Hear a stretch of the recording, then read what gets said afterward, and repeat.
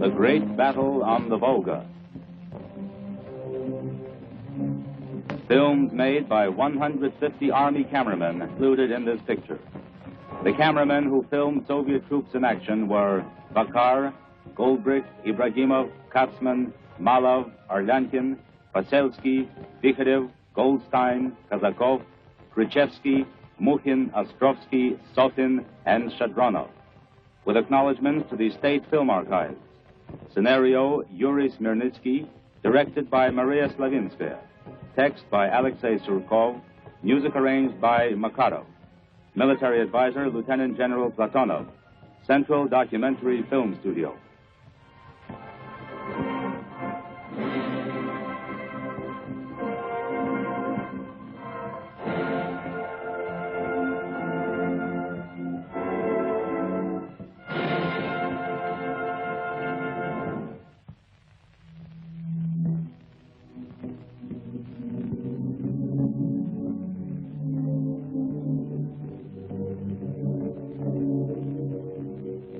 Bow your head, friends.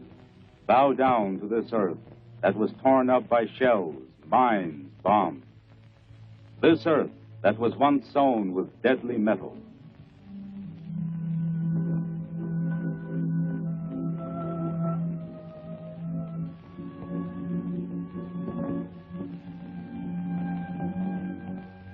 This earth for which the Russian people gave their most cherished possession, their life.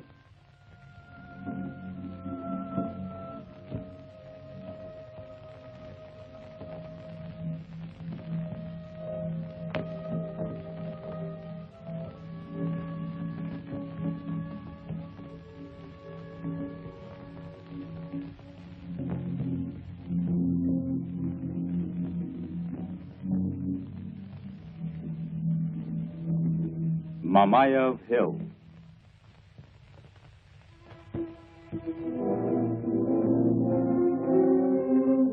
A tornado of war, of blood and death crossed over this place.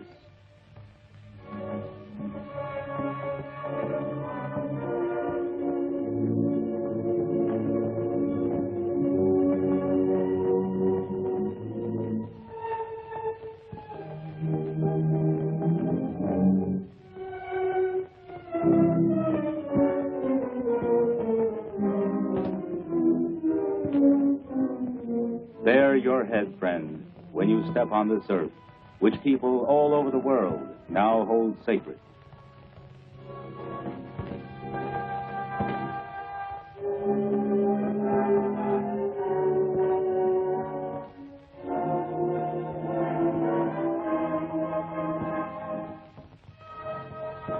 There is a handful of earth from here in the grim Antarctic today.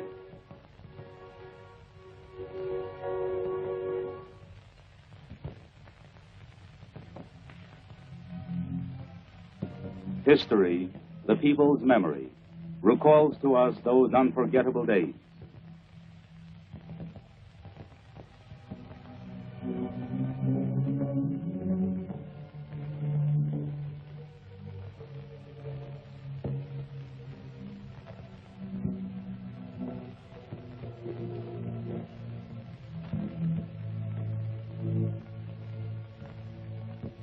The summer of 1942 was a time of terrible anxiety.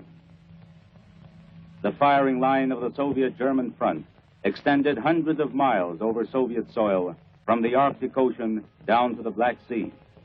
There was constant fighting in the key sectors. Battles raged on the Barents Sea. Soviet forces fought the enemy within the Arctic Circle amidst icy cliffs and snow-covered tundra.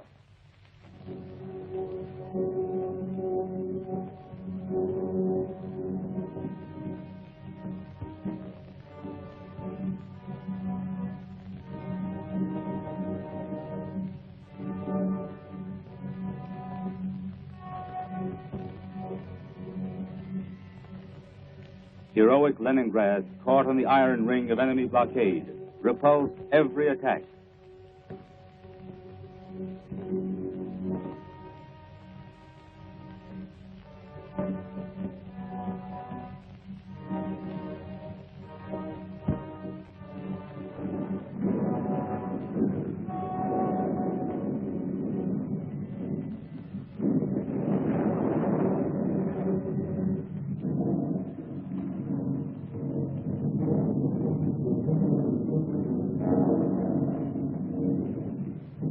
troops of the Leningrad Front and Baltic sailors put up a valiant defense of the city.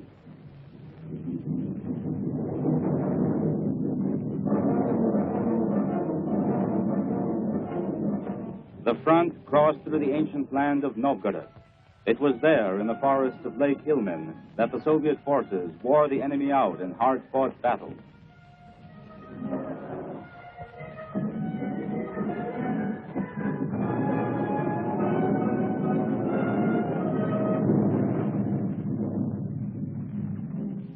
The German fascist troops had been routed at the gates of Moscow, but were still close to the city.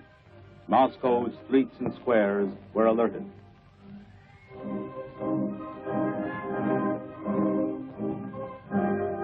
Soviet divisions to the west, covering the approaches to Moscow, were fighting continuously. Although the Red Army did not yet have superiority over the enemy, Soviet troops were consolidating the success won in the Battle of Moscow.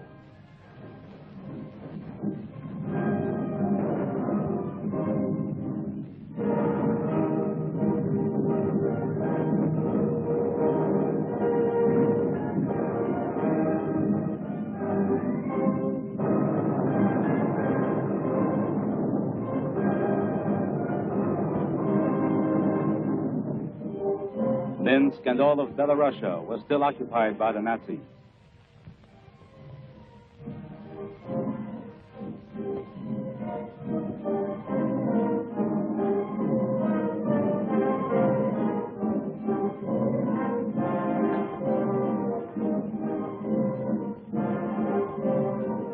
Day and night, their heavy jackboots could be heard as the Nazis combed the streets.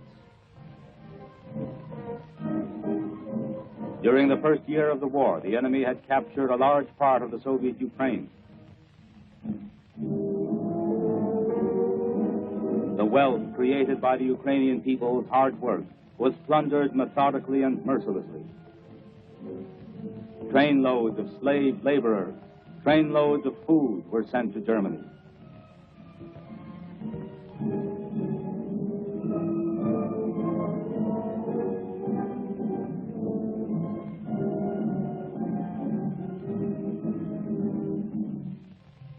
At the extreme southern sector of the front, the besieged hero city of Sebastopol, cut off from the rest of the country, kept on fighting.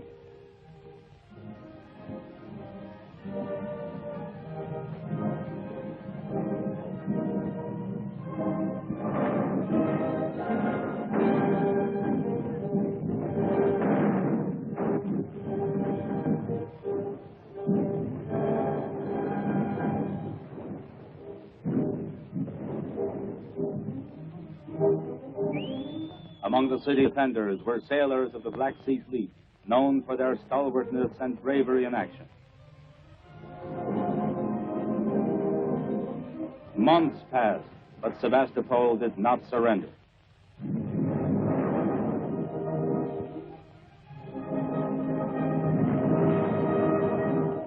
Aside from temporary successes, the first year of war brought the German fascist armies severe defeats at Moscow, Rostov-on-the-Don, and Tikhvin. The blitzkrieg against the Soviet Union had collapsed. A long and drawn-out war was now inevitable.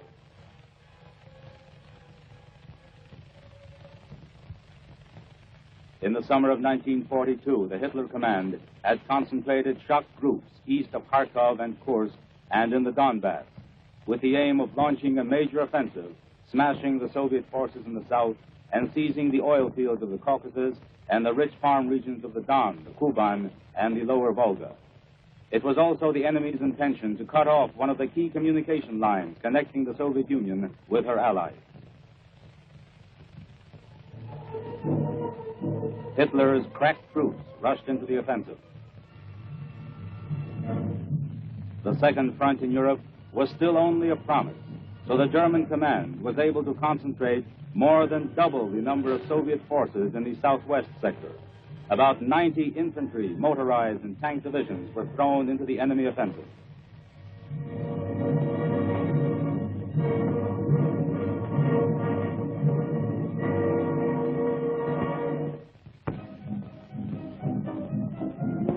The enemy pressed on towards the Volga and Stalingrad.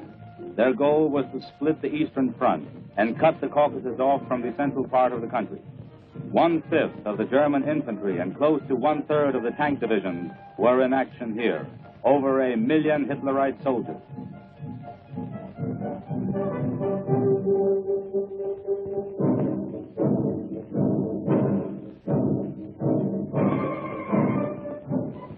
The Fuhrer demanded that his soldiers fight on to victory in the East, and so they marched on and on to their doom.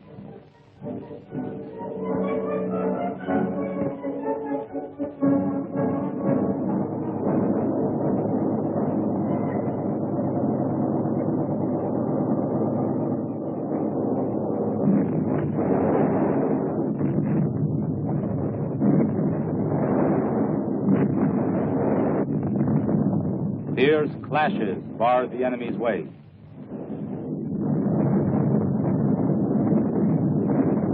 But the German offensive on the southwest sector continued.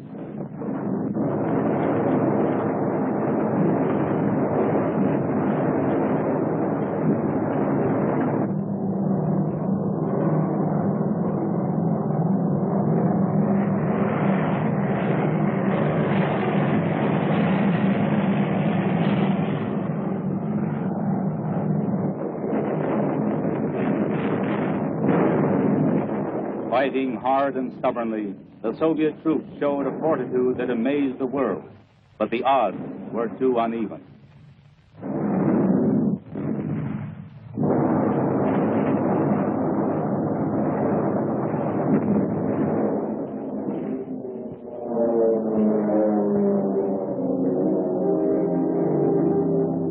Again, as in 1941, the Soviet people tasted the bitterness of retreat.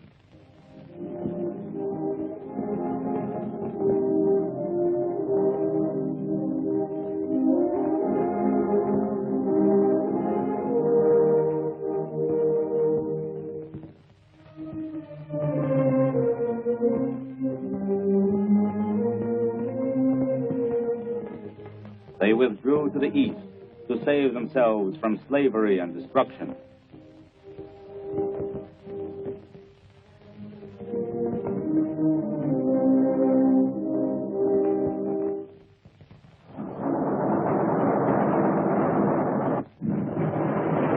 One of the greatest battles of the Second World War began on July 17, 1942.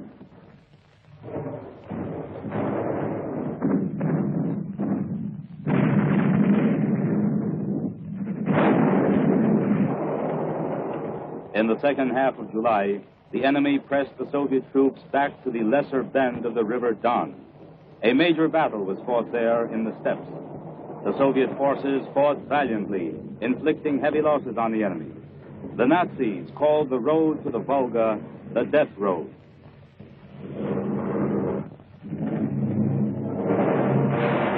And still, by intensifying the strength of their blows, the enemy reached the Don over a wide front. They crossed the river at many points.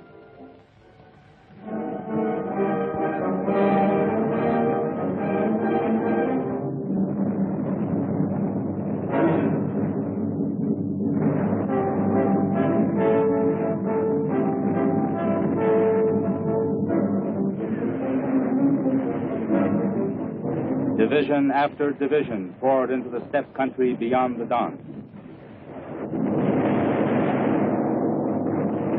Meantime, the German fascist command on the Caucasian sector sent units from 3 armies against the forces of the southern front.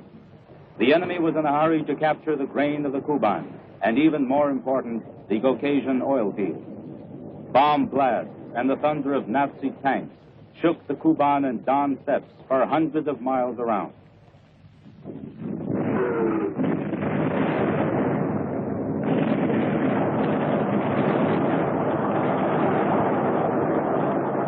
The Soviet command made an all-out effort to check the advance of the Germans.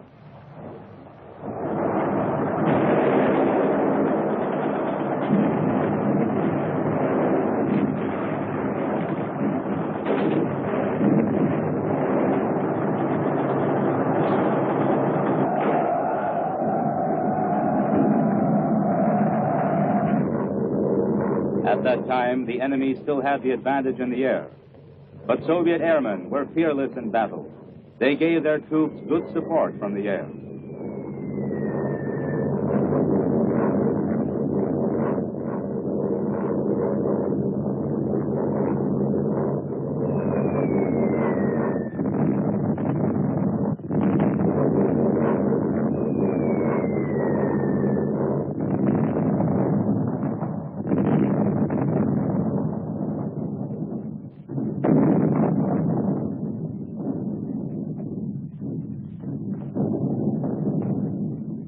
Regardless of losses, the enemy pushed on.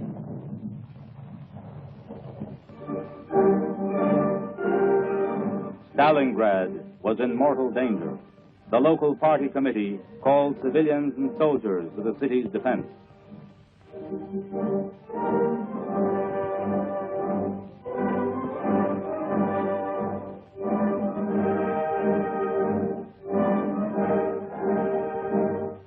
Young and old helped build defenses.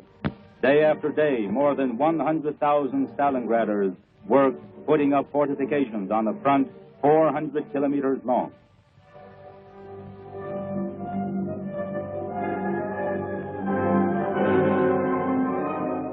Soldiers worked alongside the townspeople.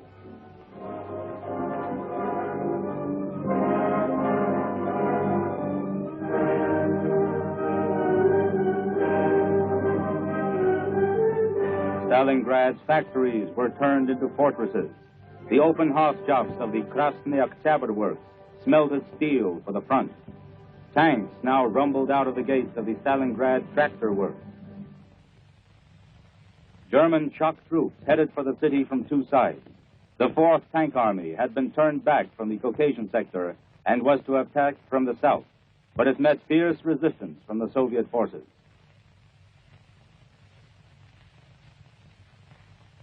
The 6th German Army struck from the west, and after a 3-day battle, effected a partial breakthrough to the Volga near the industrial settlement of Rynok.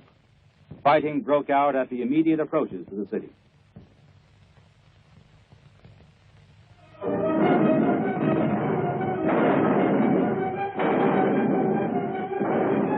Pressure was increased all along the front.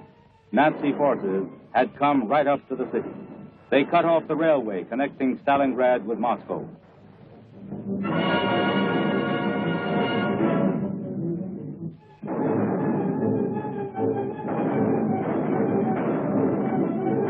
The enemy already had streets and buildings under observation. Victory, the Nazis were certain, was already in their hands. But the Stalingrad Defense Committee and the Regional Party Committee were resolute in their determination to defend the city.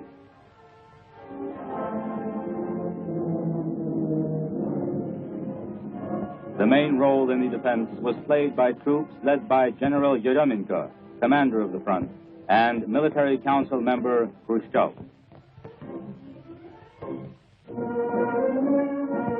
During those critical days, the people of Stalingrad joined civil defense battalions.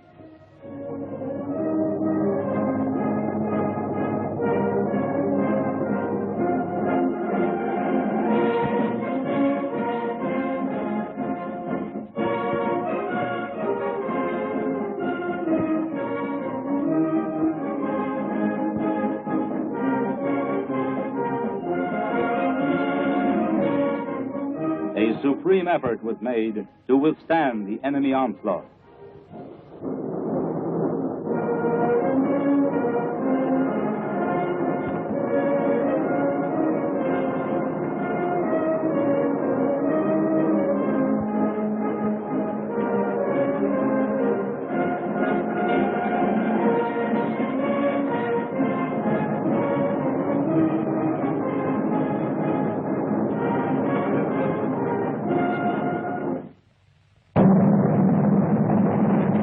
The enemy set August 23, 1942, as the date of a massive attack from the air to smash the city's defenses. Hundreds of planes with black crosses on their wings carried bomb loads to Stalingrad.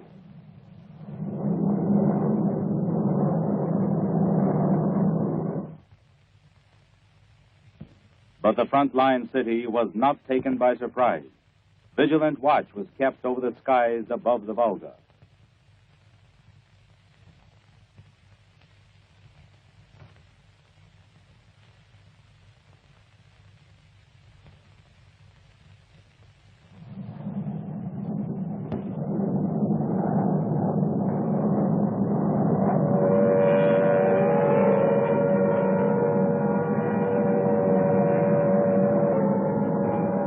The anti-aircraft system was ready for action. Fighter pilots under General Khrushchev made bold attacks on German bombers.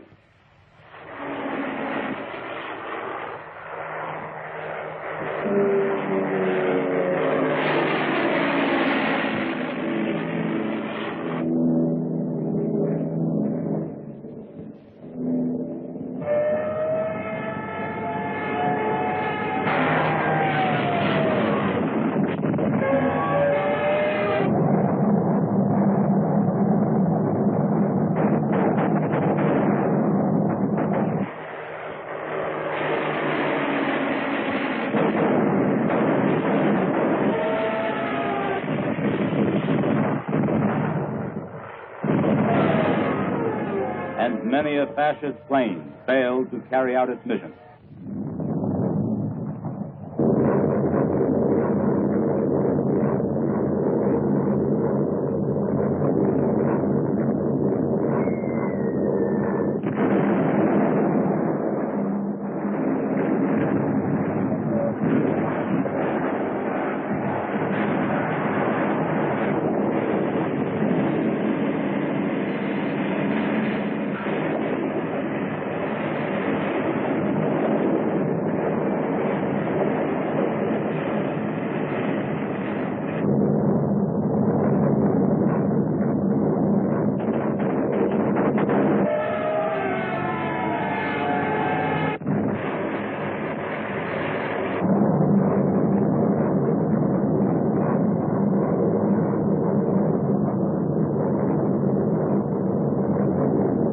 And yet, the enemy triumphed.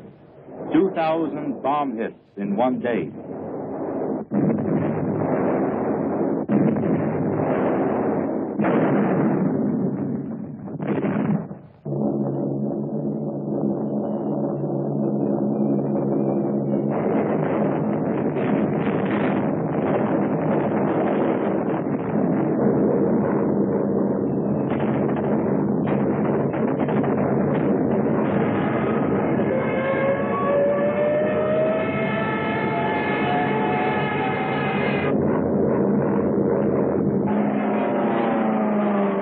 By the end of the day, the Hitlerites had lost 90 planes.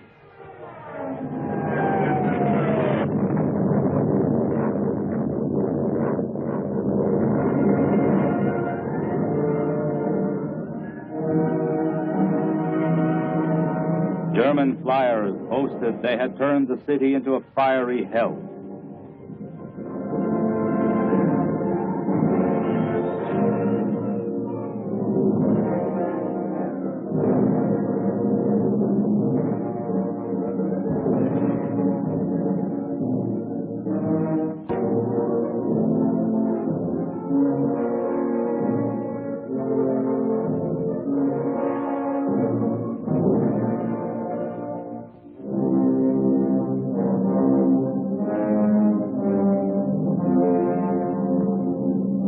Valor almost beyond human conception was needed to continue fighting after such an air raid. It seemed that not a living soul could have remained amidst these desolate ruins, but that was a mistaken impression.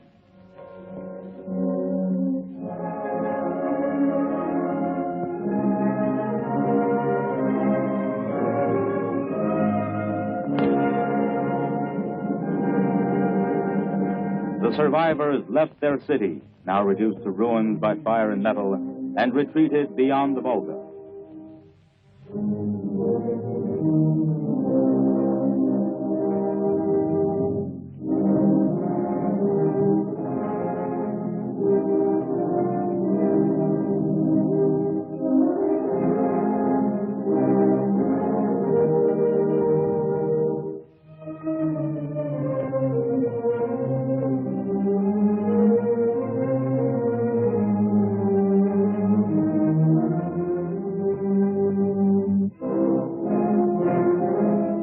forces, arms, and ammunition arrived in the battle area.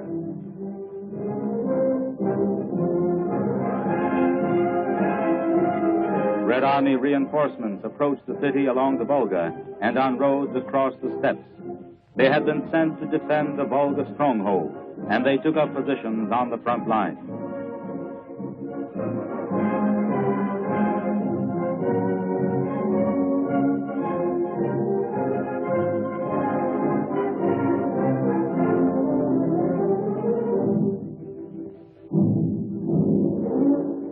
The air raid was the signal for a general and decisive attack by the Germans.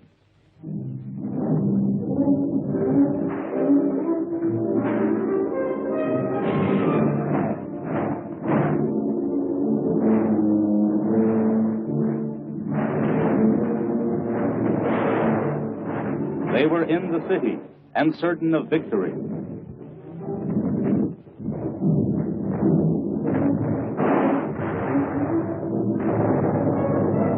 Suddenly, the Soviet forces rose up from the ashes and rushed into a counterattack. The resistance grew stronger by the hour.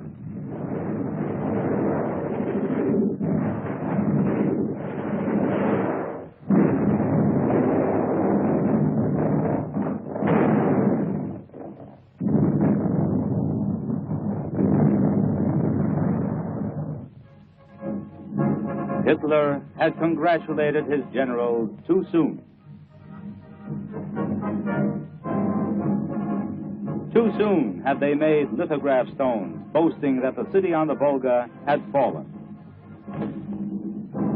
Too soon had they struck this medal in honor of the city's capture.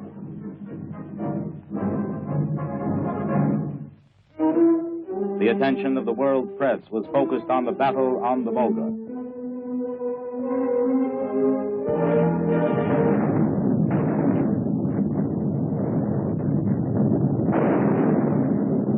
In September, the troops of the Stalingrad and southeastern fronts struck a number of counter blows that weakened the enemy.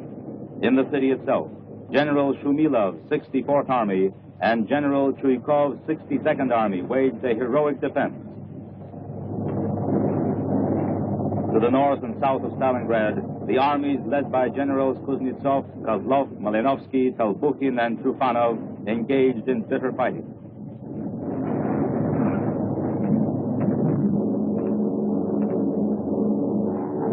While attacking the Volga stronghold, the Germans also continued their advance on the North Caucasus, whose grain and oil were such a great temptation. Here they managed to press back the Soviet forces and enter Krasnodar.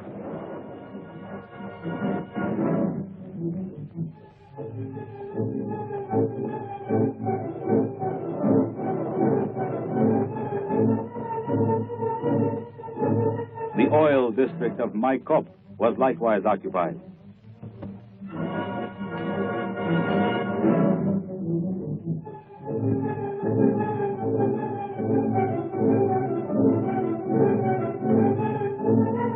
German fascist troops reached the Caucasian mountains with the goal of capturing the passes in the main Caucasian range.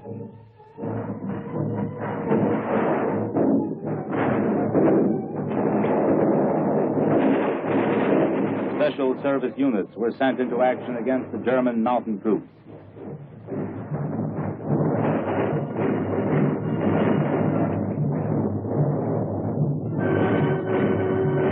There were fierce clashes high up amidst cliffs and crevices.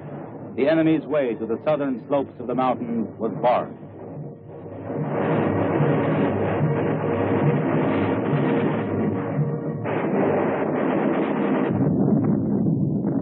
At Stalingrad, too, the German offensive slowed down. They broke into the city, but did not have the strength to take it. Meantime, the Soviet forces continued to build up their defenses. Their raging, burning hatred of the enemy proved stronger than death. The events of these unforgettable days were filmed by Soviet cameramen at the front.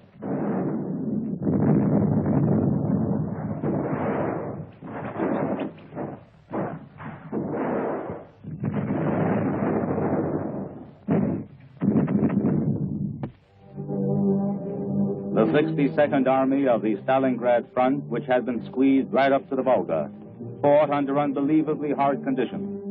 The defense belt, 25 kilometers wide, and from 2.5 kilometers down to only 200 meters in depth, was under fire by all types of enemy arms. The dugouts of Army headquarters on the steep bank of the Volga were like birds' nests in the sand. The military council of the Army, headed by General Chuikov, who was in command, guided the defense operations from here.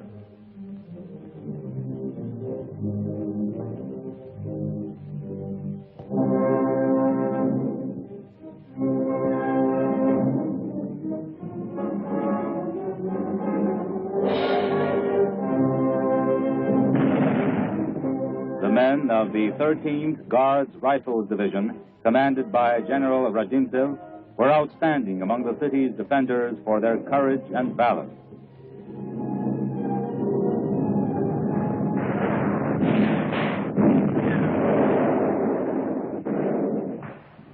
Stubborn fighting with heavy losses now moved into the streets of the city. Fighting continued for every block, every building and floor, and a wall was often the front line.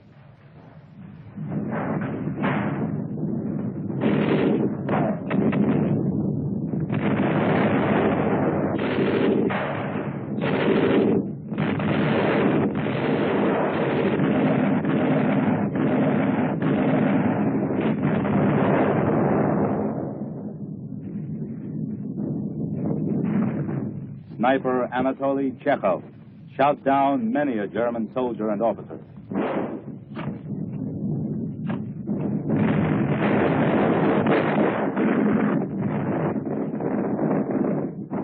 Forced back to a narrow strip along the bank of the Volga by the enemy's superior forces, the men under Gurtsev, Batyuk, Gorokhov, and Guryev fought on with supreme heroism.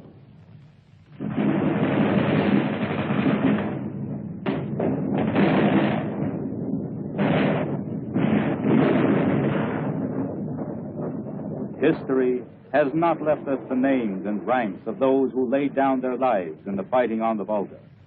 But the Soviet people cherished beyond measure even these nameless film records.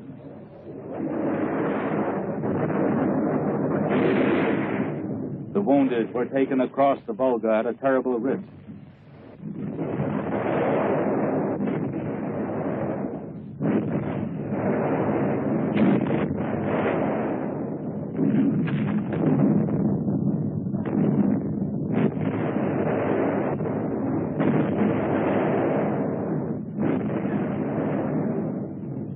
This was known as Ludnikov's Island.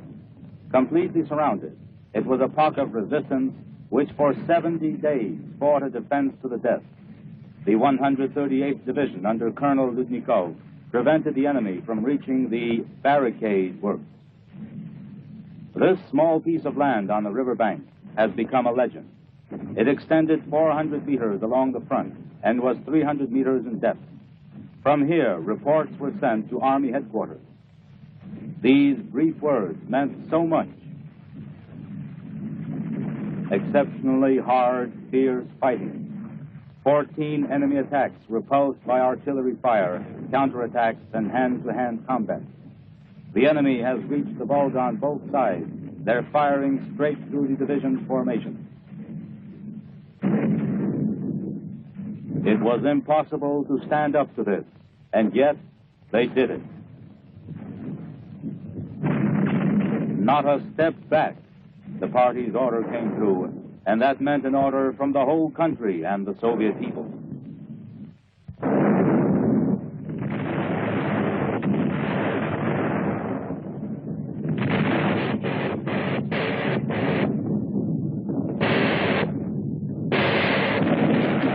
Machine gunner Starodubtsev died the death of a hero. It was an unwritten law of frontline brotherhood that the living gave an oath to those who had been killed. We'll stand to the death. An unforgettable page in the history of the Battle of Stalingrad was Sergeant Pavlov's house, where a small garrison kept up a defense for 2 months. Shoulder to shoulder they fought, Lieutenant Afanasyev, Guard Sergeant Yakov Pavlov, Privates Ilya Voronov, Faizaran Ramazanov, Ahmed Turdiev, Nikolai Matyashvili, and Vasily Glushchenko. There were others, too. Many of them known, still more unknown. These are just a few names and facts from the frontline history of those grim days.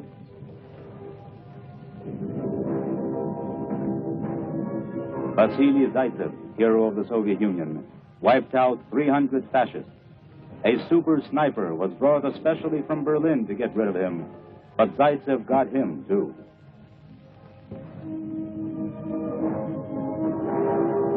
"198 combat missions were flown by Captain Yefremov, twice hero of the Soviet Union.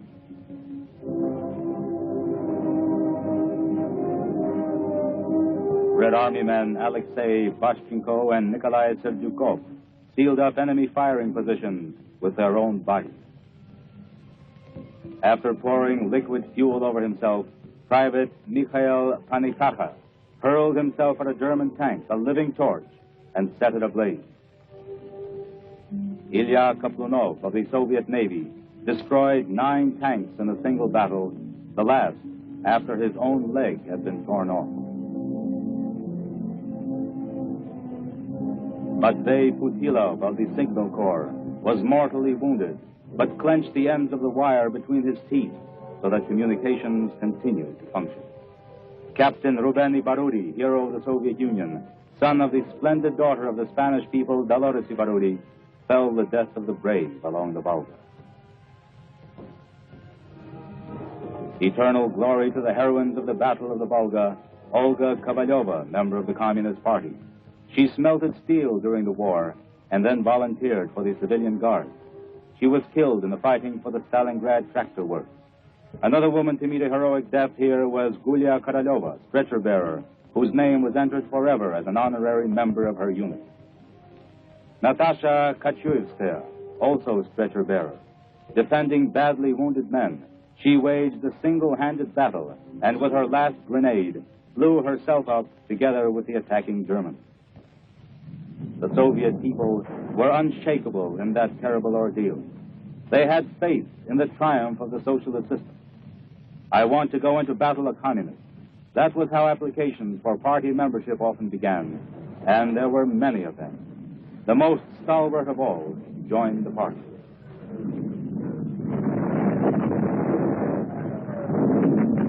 They received their party cards at the front line.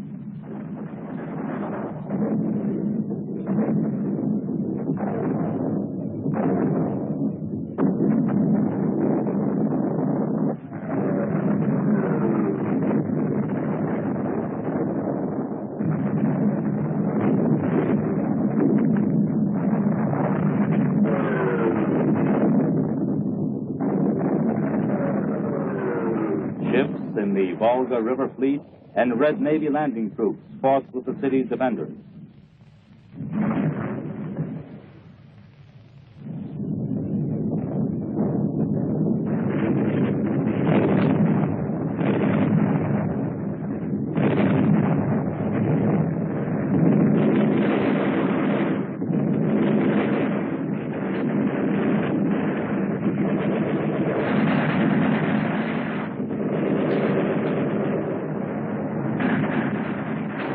Defending Stalingrad.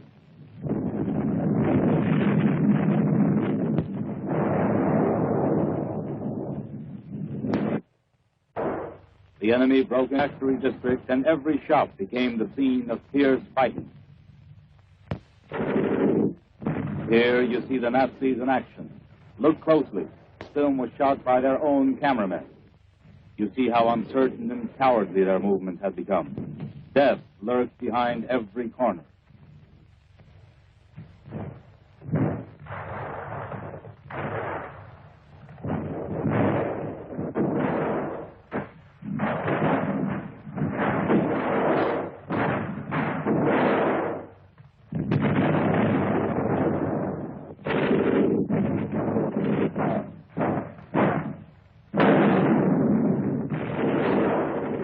Soviet soldiers adapted themselves to fighting amid the ruined buildings. Spurred on by hatred for the enemy, they gave the Germans no rest.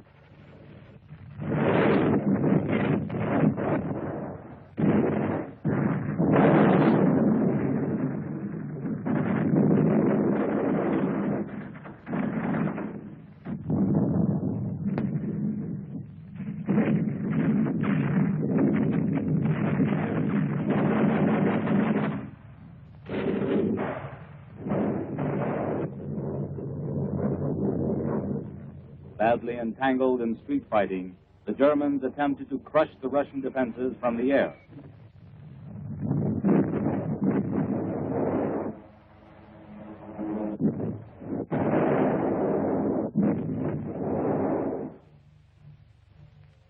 All this time, the city power station was kept working day and night. People took refuge in special bomb shelters, and even 130 direct hits could not put the station out of commission.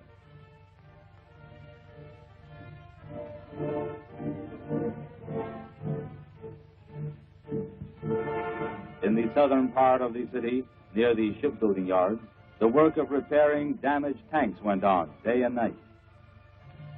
From here, they were driven straight to the front line.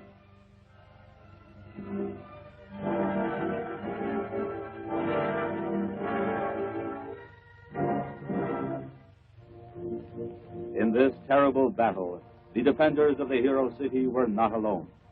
All the Soviet people were with them, the entire multinational country, closely united by the Communist Party and its Central Committee. Everything for the country's defense, all as one man to the struggle. Old-timers, veterans of the first 5-year plans, went back to their machines.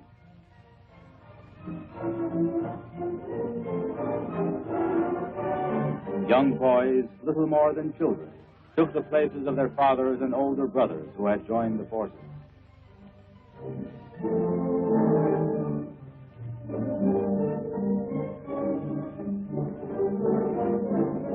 Girls did their share too. Everyone who could help forge victory.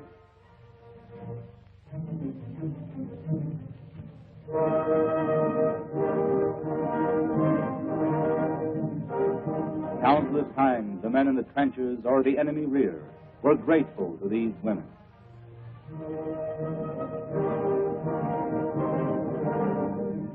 Millions of husbands were now soldiers. Millions of wives, sweethearts, and sisters helped the war effort on the home front.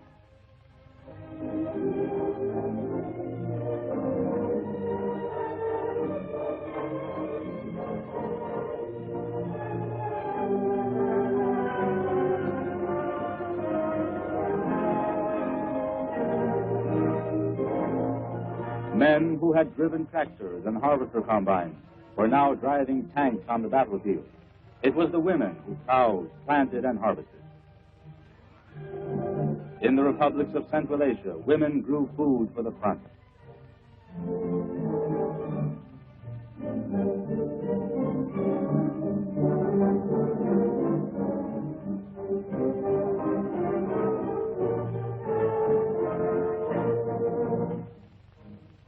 Far from the front, in the Urals and other areas, the war effort was intense. The steel from these furnaces was for the front.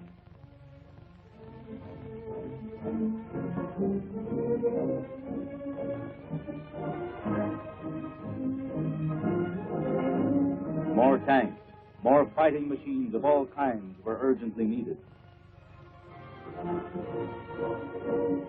More bombers and fighter planes.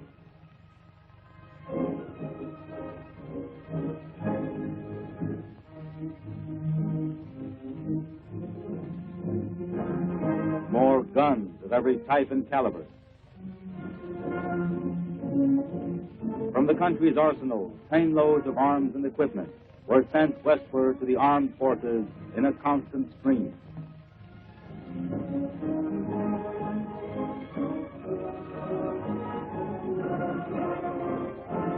On decision of the State Defense Committee, fresh units and formations of all arms were brought up to the battle area. Tank units that had been formed anew moved steadily in. The reserves sent into the fighting were now well equipped, well armed, and well trained.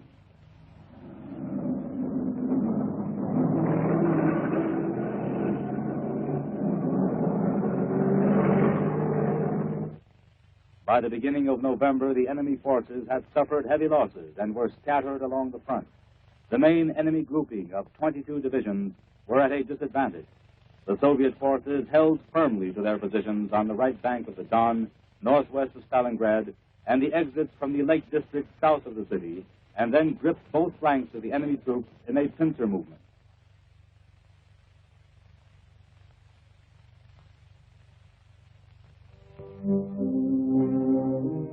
In the meanwhile, preparations were underway under the leadership of the Communist Party Central Committee for a decisive Soviet offensive. A plan was worked out to smash the German fascist forces at Stalingrad. This tremendous military operation was to be carried out on 3 fronts. The shock troops of the southwestern front were to penetrate the enemy defenses at the junction with the adjacent Don front, and by rapidly advancing to the southeast, reach the River Don in the enemy rear, thus cutting off their retreat to the west. Then the forces of this front were to link up with the Stalingrad front. Shock troops on the Stalingrad front were to break through the enemy defenses south of the city, advance northwest, and link up with the forces of the southwestern front in the area of Kalach. This would cut off retreat to the south and southwest. The troops of the Don front were to strike 2 auxiliary blows, one to the southeast to paralyze the enemy's defense on the right bank of the Don, the second southward along the left bank to cut the Germans off from their grouping on the Volga.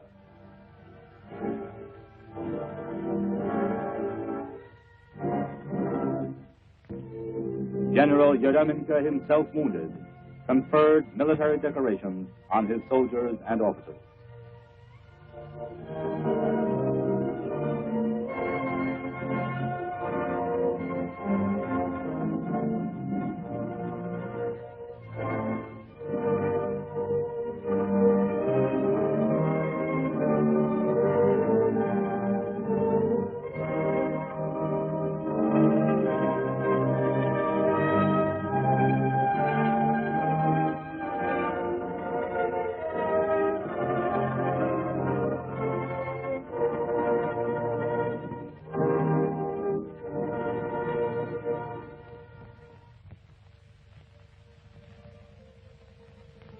Life went on while the offensive was being prepared. The grim, comfortless life of a soldier.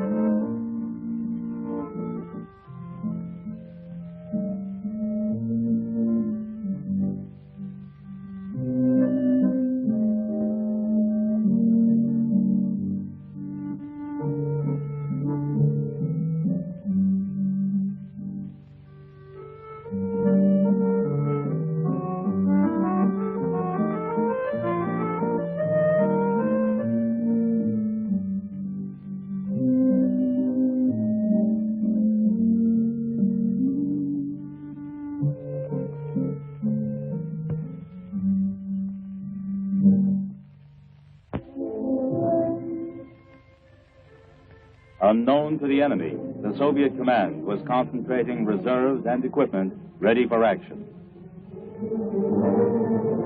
Work continued day and night on the Volga crossing. This was a front line in every respect, and thousands of people displayed courage and endurance under constant enemy fire.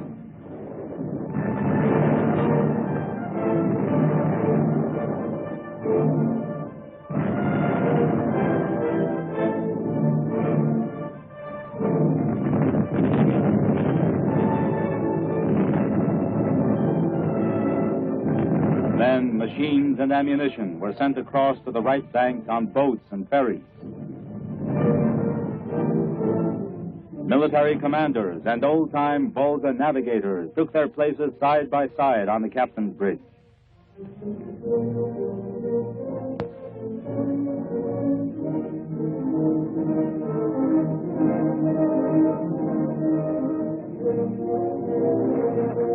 Step by step, with the utmost persistence, sudden death was prepared for the enemy.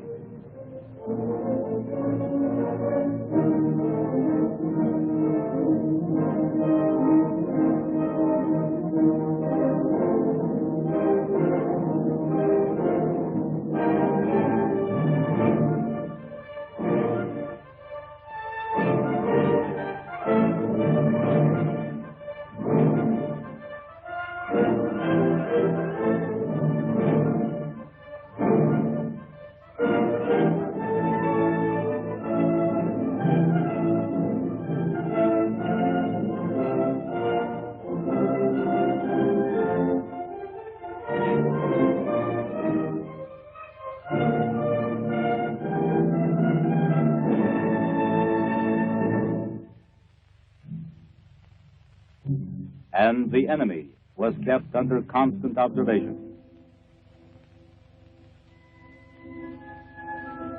Officers reconnoitered enemy positions from advance observation posts.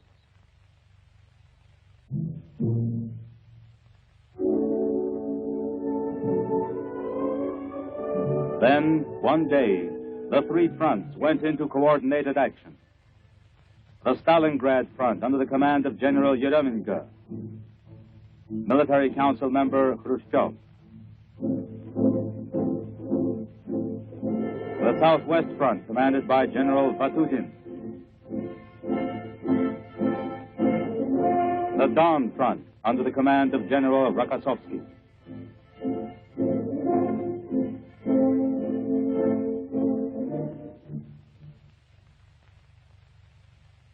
A crushing mass artillery blow was launched on the 19th of November.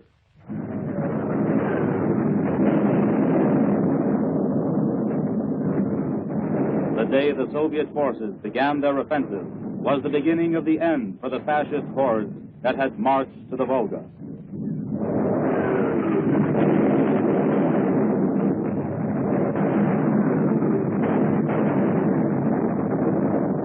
An avalanche of fire and metal was poured on the enemy from thousands of guns.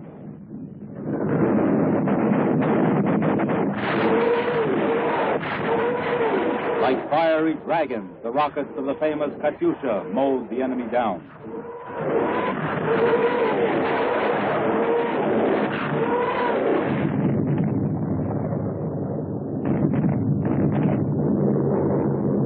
Enemy positions were heavily bombed by flyers in the Air Force armies commanded by Generals Kryukin, Rudenko, and Krasny.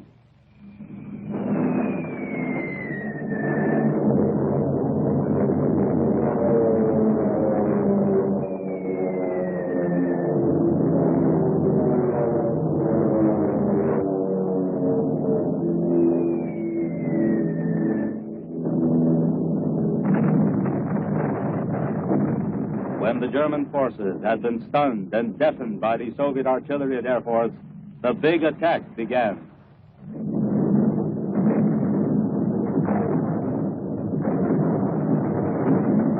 Wide breaches were made in the enemy defenses.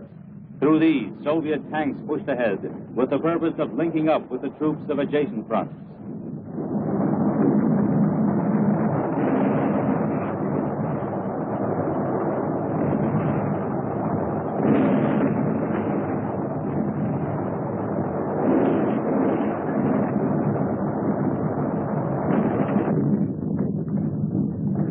Soviet cavalry forces raced through the breach toward the German rear.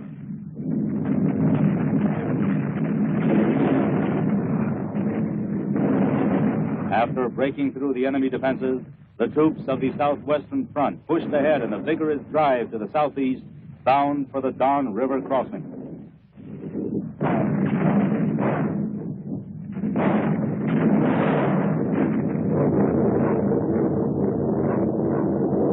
A day later, later, on November 20th, the forces of the Stalingrad front also struck heavy blows at the enemy.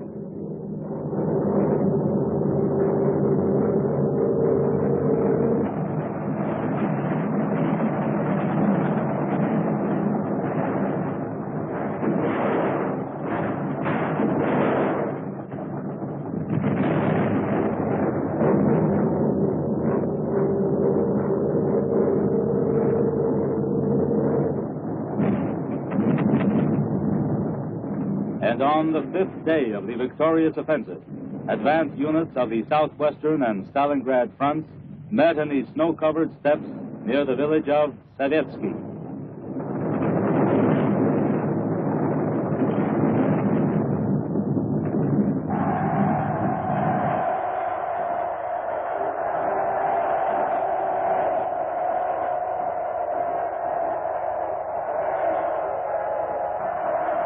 On November 23rd, exactly according to plan, the steel ring around the German fascist grouping between the Volga and the Don was closed.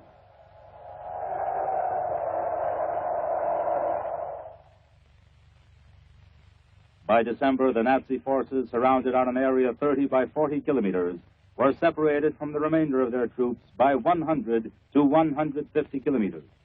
To relieve their encircled grouping, the Germans now formed a new group of the Don Army under the command of Field Marshal Manstein. It advanced from the Kotelnikovo area in order to join the encircled forces. The enemy onslaught was repulsed by the 51st Army under General Trufanov and General Malinovsky's 2nd Guards Army. The Soviet forces pressed ahead on the Donbass and Rostov sectors, threatening the enemy's entire southern grouping and forcing the Germans to make a hasty retreat from the North Caucasus. The fate of the enemy's surrounded troops was now decided. The Nazi command tried to use transport planes to supply their forces with food and ammunition.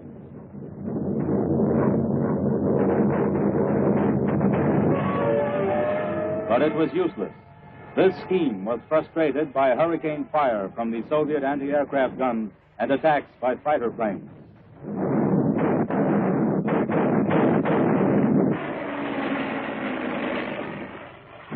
But the encircled enemy continued to resist. Troops of the 62nd Soviet Army were engaged in constant fighting amidst the ruins of Stalingrad. Stubbornly and without let-up, they smoked the enemy out of every trench and every cellar.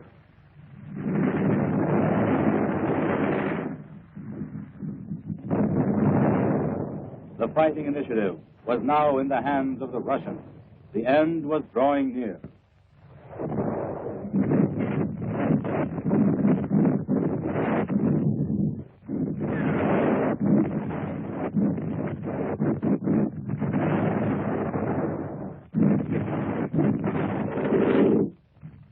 The plan was to slice up the enemy's besieged group by blows from different directions and mop up unit by unit.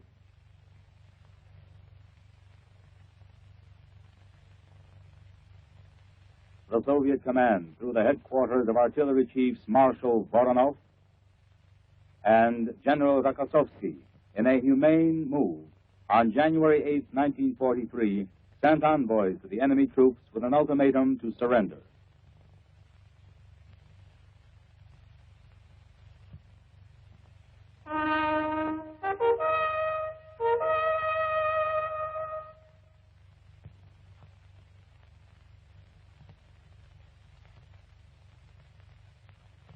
When the time limit was up, the order was given to advance.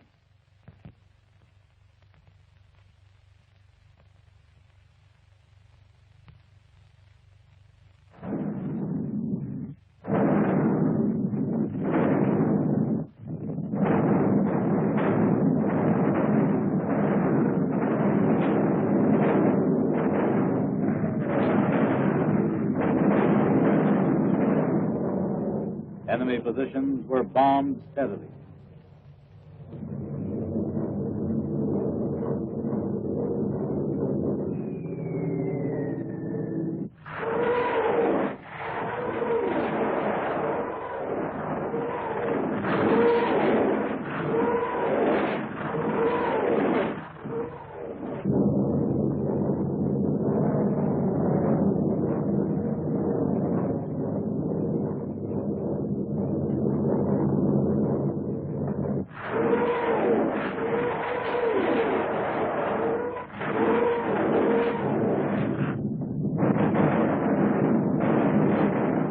bitterly cold January day, after the artillery had pounded the enemy lines, the infantry went into action.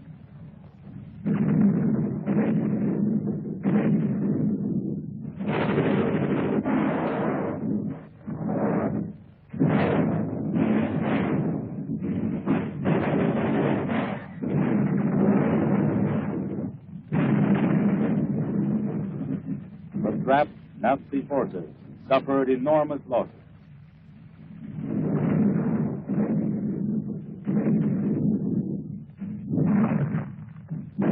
The land along the Volga was strewn with smashed enemy equipment.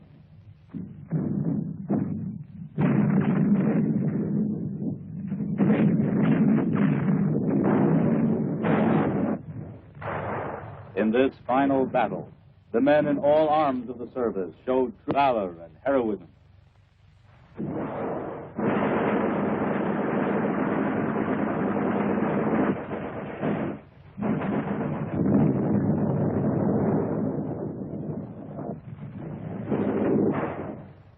The enemy could no longer stand up to the pressure. Those who had come to the Volga as conquerors now began to crawl out of their shelters, emerging from cells and dugouts.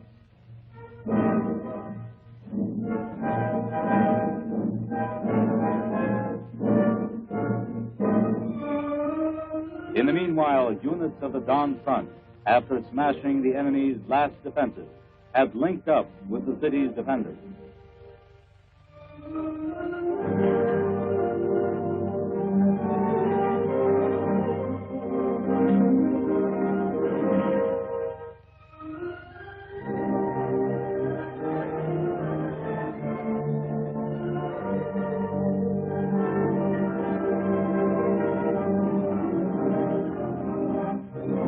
The defenders of Stalingrad had withstood 700 fierce attacks. 2 million men had been engaged in the great battle. On the 2nd of February, the last volley was fired.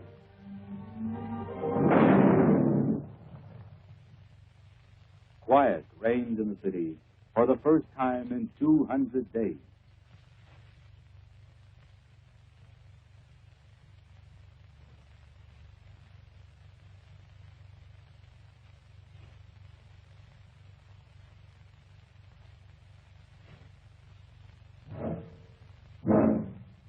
The enemy was completely routed, and a mass surrender began.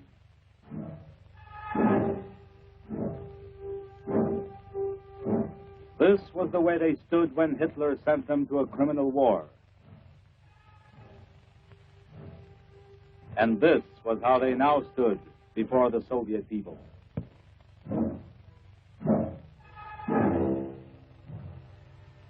This is the way they received their Iron Crosses after Paris. And these were the crosses they got in Soviet Russia.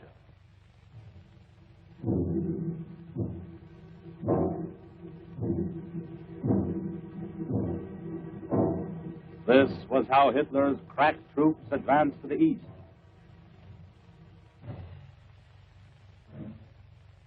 And this was the way they left the banks of the Volga.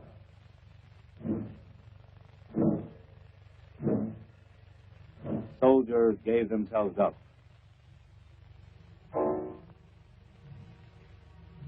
Officers surrendered.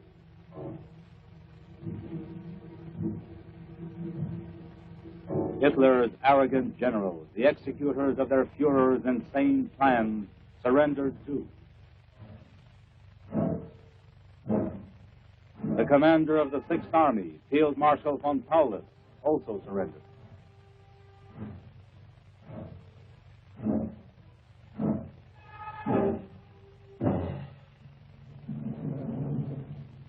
Endless columns of prisoners.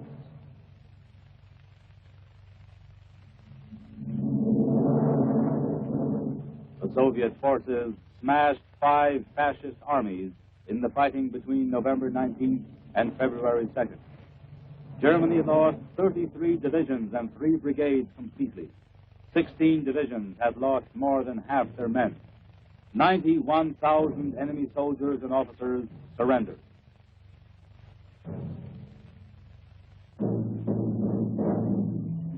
During the last days of the battle, the Nazis left an enormous graveyard of tanks, artillery, planes, motor vehicles, and armored carriers.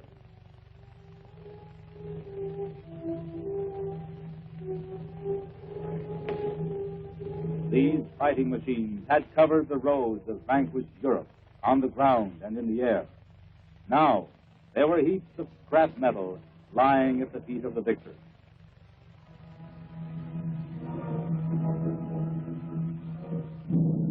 Never in the history of warfare had a huge army suffered a defeat like this. The great battle on the Volga ended in a brilliant victory for the Soviet troops and was the turning point of the Second World War.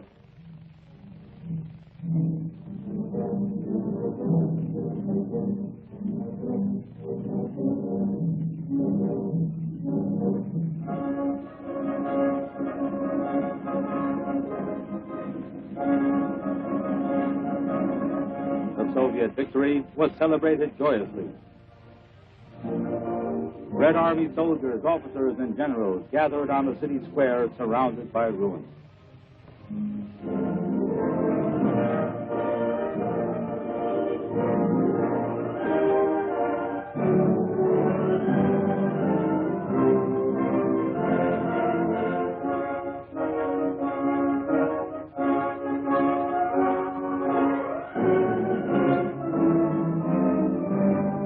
Khrushchev, member of the Political Bureau of the Communist Party's Central Committee, spoke on behalf of the party and all the Soviet people as he congratulated the victors and spurred them on to the final defeat of the enemy.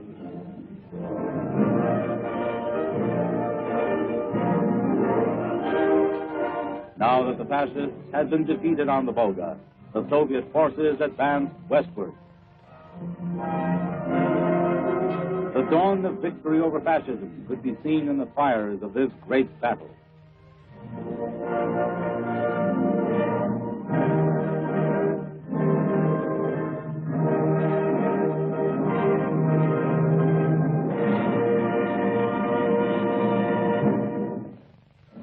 The Volga, the Kursk Bulge, the Dnieper, the Vistula, the Oder.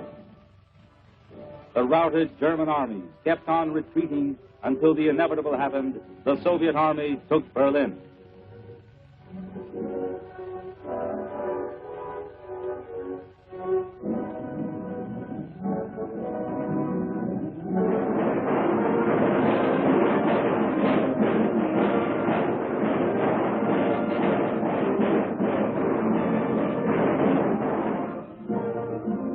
Hitler Germany surrendered unconditionally.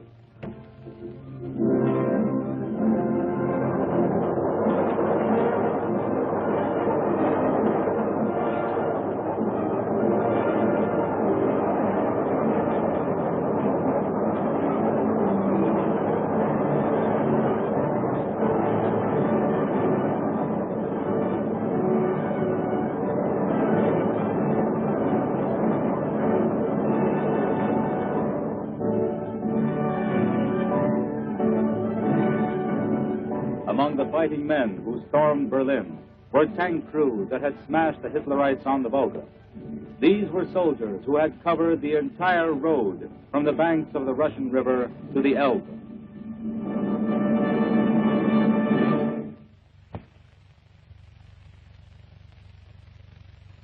And now, take a final look at the hero city as it looked, ghastly but proud, when the battle was over. This is a story to tell your children and your grandchildren.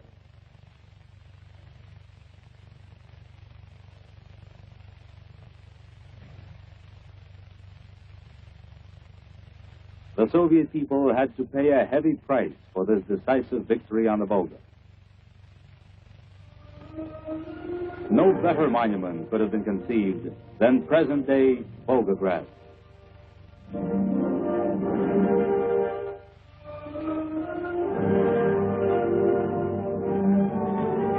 The Soviet people do not bear ill will. But looking at what they have built up, can you ever forget the ruins and issues of war?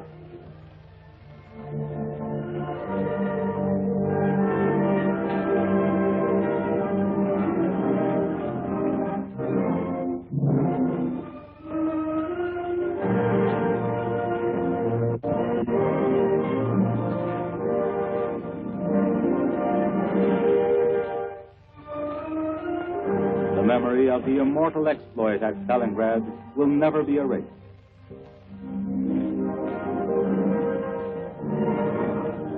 This was an exploit of another kind, an exploit by building workers. They found the ruins of the old tractor plant and gave it.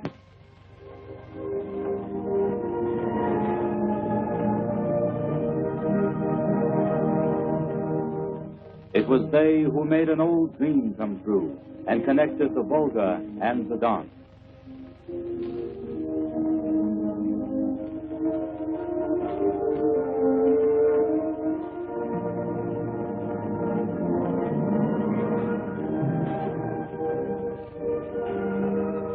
They harnessed the Volga and channeled it into turbines.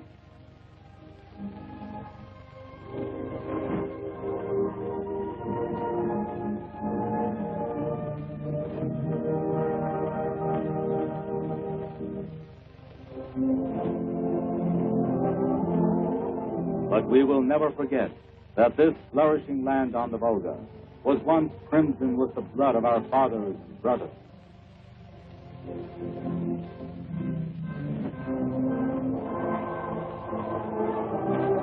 We will never forget.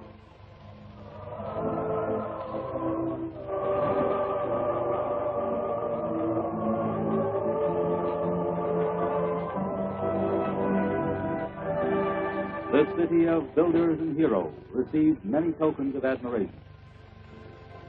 President Roosevelt sent this scroll on behalf of the American people.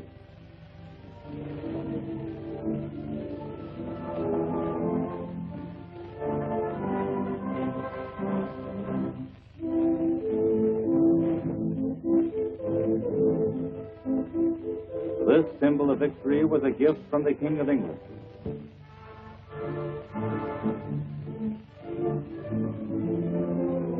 A battle shield was sent by the Emperor of Ethiopia.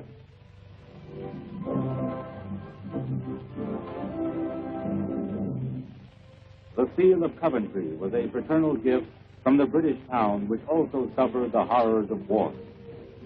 Zhou Enlai, Premier of the State Council of the Chinese People's Republic, sent this bas-relief. A memorial medal was a gift from the Defense Said.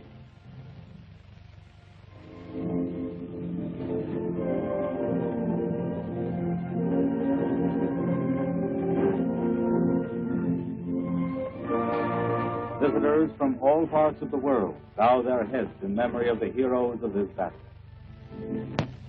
A delegation from France.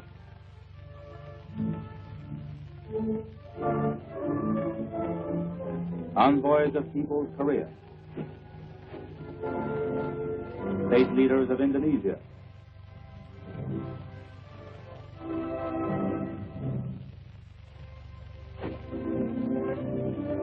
The Federative People's Republic Latvia.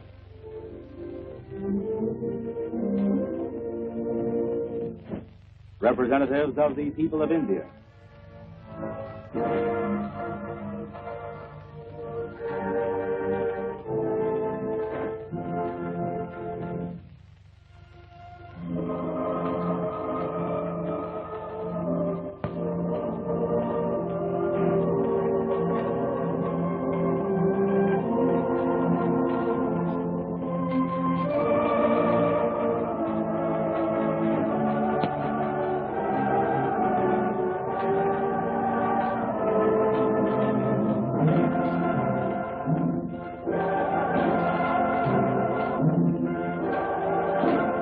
Glory to the hero city on the Volga.